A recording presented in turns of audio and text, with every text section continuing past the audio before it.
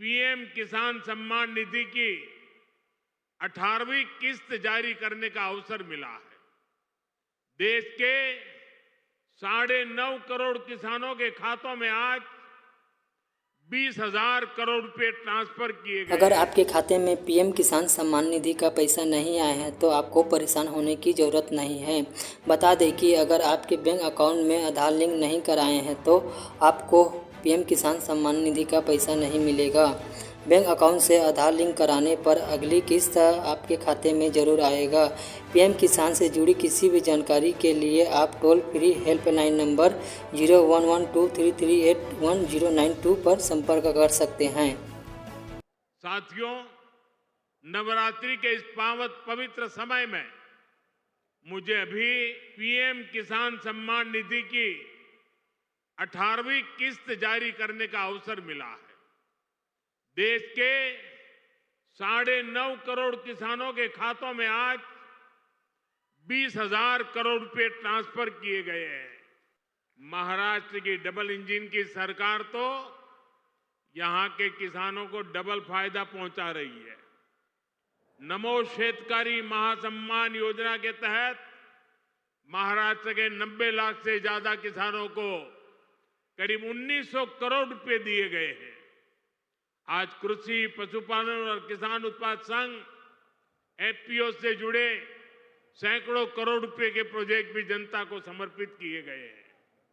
पोहरा देवी के आशीर्वाद से मुझे अभी लाड़की बहन योजना की लाभार्थियों को मदद देने का भी सौभाग्य मिला है। ये योजना नारी शक्ति का सामर्थ्य बढ़ा रही है। मैं महाराष्ट्र के भाई बहनों को, देश के सभी किसान भाई बहनों को हार्दिक बधाई देता हूं। साथियों, आज यहां आने से पहले मुझे पोहरा देवी में बंजारा विरासत संग्रहालय के लोकार्पण का भी सौभाग्य मिला है। देश की महान बंजारा संस्कृति, इतनी बड़ी विरासत, इतनी प्राचीन परंपरा, ये म्यूजियम देश की नई पीढ़ियों को इनसे परिचित कराएगा। और मैं आप सबसे आग्रह करता हूं, ये जो मंच पर बैठे हैं उनको भी आग्रह करता हूं कि आज जाने से पहले ये बंजारा विरासत संग्रहालय देख करके ही जाना।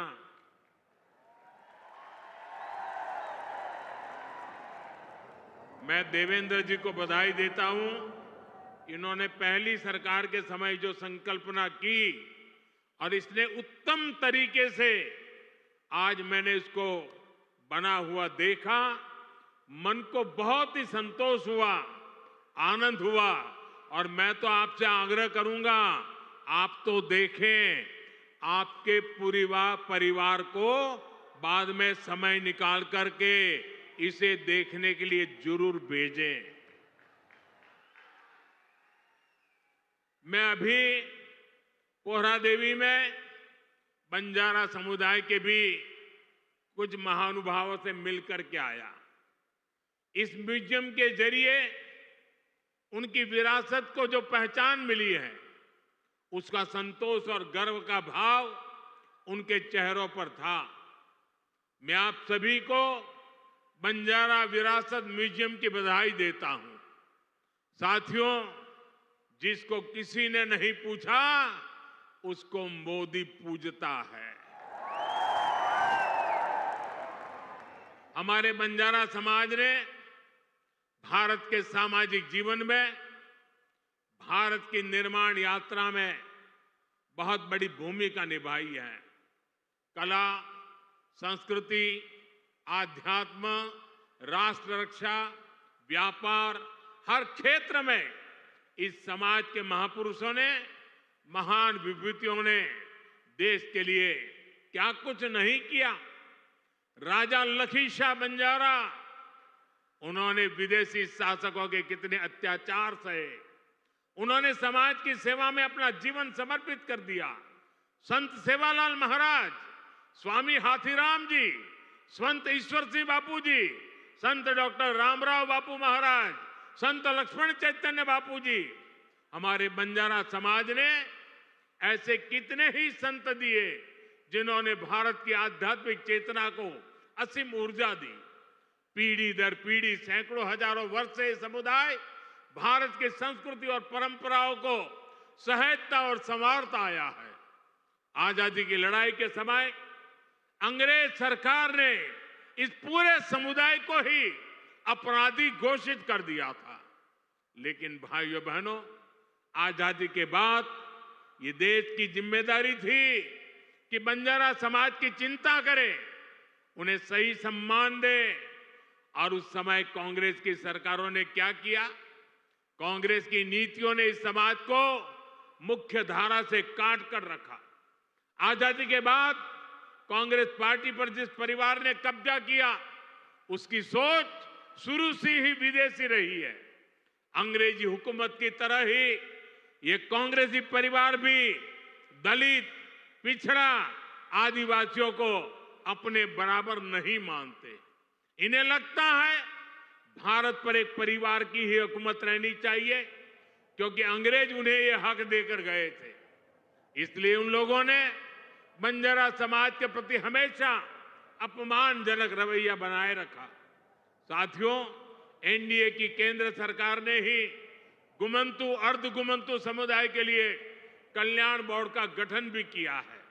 इस समाज के सांस्कृतिक पहचान को सही सम्मान मिले, इस दिशा में भी बीजेपी सरकार और एनडीए सरकारें लगातार काम कर रही है। विकास की गति तेज करने के लिए राज्य सरकार ने संत सेवालाल महाराज बंजारा तांडा समृद्धि अभियान भी चलाया है। साथियों, हमारे इन प्रयासों के बीच आपको ये भी याद रखना है कि कांग्रेस और महाआघाड़ी का आपके प्रति क्या रवैया रहा है। जब फडणवीस जी मुख्यमंत्री थे, तब पहरा देवी तीर्थ क्षेत्र के विकास की योजना बनी थी, लेकिन बीच में महाआघाड़ी की सरकार आई और उन्होंने इस काम पर ब्रेक लगा दिया। पहरा देवी तीर्थ क्षेत्र का विकास तब आगे बढ़ा जब महायुति शिंदे जी के नेतृत्व में फिर से यहां सरकार बनी। आज इस योजना पर 700 करोड़ रुपए खर्च किए जा रहे हैं। इस तीर्थ स्थल के विकास से भक्तों को आसानी होगी और आसपास के क्षेत्रों में विकास भी तेज होगा। भाइयों और बहनों, बीजेपी अपनी नीतियों से वंचित समाज को आगे बढ़ाना चाहती है, जबकि कांग्रेस सिर्फ लूटना जानती है। कांग्रेस गरीब को गरीब बनाकर रखना चाहती है। कमजोर और गरीब भारत कांग्रेस को, उसकी राजनीति को बहुत सूट करता है। इसलिए आप सभी को कांग्रेस से बहुत सावधान रहना है। आज कांग्रेस को पूरी तरह से अर्बन नक्सल का गिरोह चला रहा है। कांग्रेस को लगता है कि अगर सब एक हो गए तो देश को बांटने का उनका एजेंडा फेल हो जाएगा। इसलिए हमें आपस में लड़वाना चाहते हैं। पूरा देश देख रहा है कांग्रेस के खतरनाक एजेंडों को। विकास सपोर्ट, किसका सपोर्ट मिल रहा है? जो लोग भारत को आगे बढ़ने से रोकना चाहते हैं, वो इन दिनों कांग्रेस के सबसे करीबी दोस्त हैं। इसलिए समय एक होने का है। हमारी एकता ही देश को बचाएगी। भाइयों और बहनों, मैं महाराष्ट्र के लोगों को कांग्रेस की एक और करतूत बताना चाहता हूं।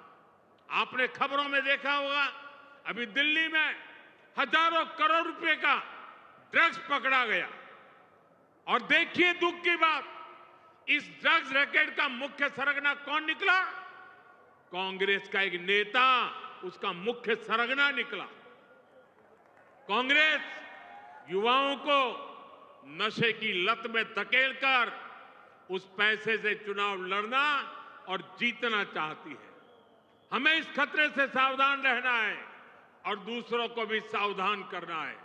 हमें साथ मिलकर ये लड़ाई जीतनी होगी। साथियों, आज हमारी सरकार का हर निर्णय, हर नीति विकसित भारत को समर्पित है। और विकसित भारत का बहुत बड़ा आधार हमारे किसान हैं। किसानों को सशक्त बनाने की दिशा में आज कई बड़े कदम उठाए गए हैं। आज 9,200 किसान उत्पाद संघ एफपीओ देश को समर्पित किए गए हैं। अभी कृषि के लिए कई इंफ्रास्ट्रक्चर प्रोजेक्ट का भी लोकार्पण हुआ है। इनसे कृषि उत्पादों के स्टोरेज, प्रोसेसिंग और प्रबंधन की क्षमता बढ़ेगी। ये सारे प्रयास किसानों की आय बढ़ाने में मदद करेंगे। वैसे यहां महाराष्ट्र में तो किसानों को एनडीए सरकार में डबल फायदा हो रहा है। एकनाथ जी शिंदे की सरकार ने किसानों का बिजली बिल भी जीरो कर दिया है। आमच्या शेतकऱ्यांना विजेचे बिल मिळत आहेत, त्यावर शून्य लिहिलेले आहे ना। साथियों, महाराष्ट्र के किसानों ने, विदर्भ के किसानों ने कई दशकों तक बड़े संकटों का सामना किया है। कांग्रेस और उसके साथियों की सरकारों ने किसानों को बदहाल और गरीब बनाने में कोई कोर कसर नहीं छोड़ी थी। यहां जब तक महाअघाड़ी की सरकार थी, उसके दो ही एजेंडे थे।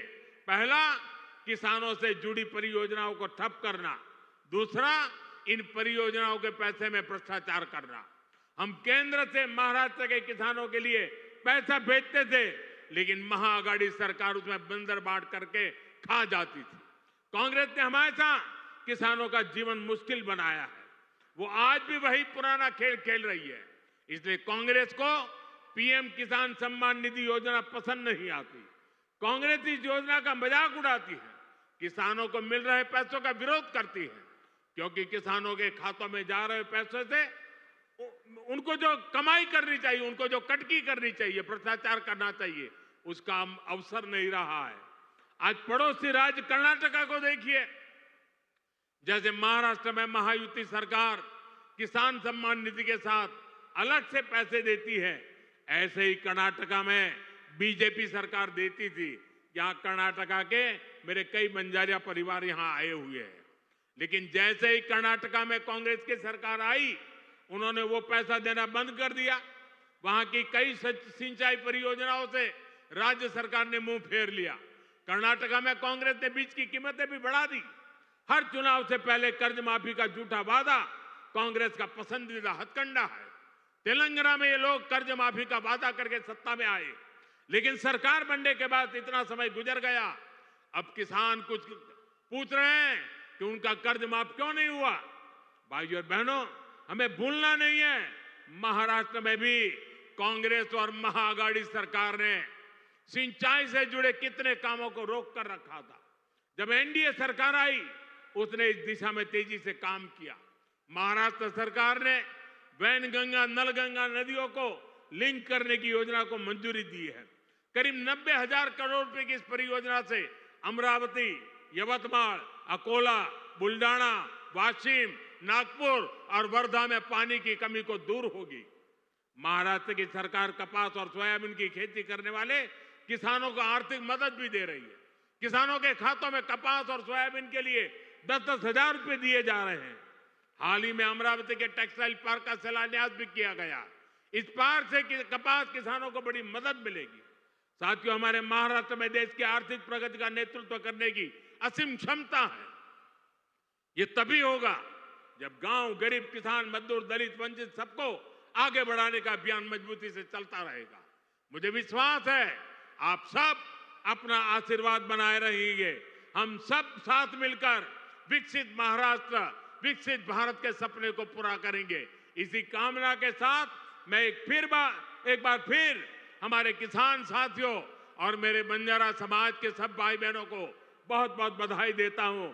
मेरे साथ बोलिए, भारत माता की, भारत माता की, भारत माता की। बहुत बहुत धन्यवाद।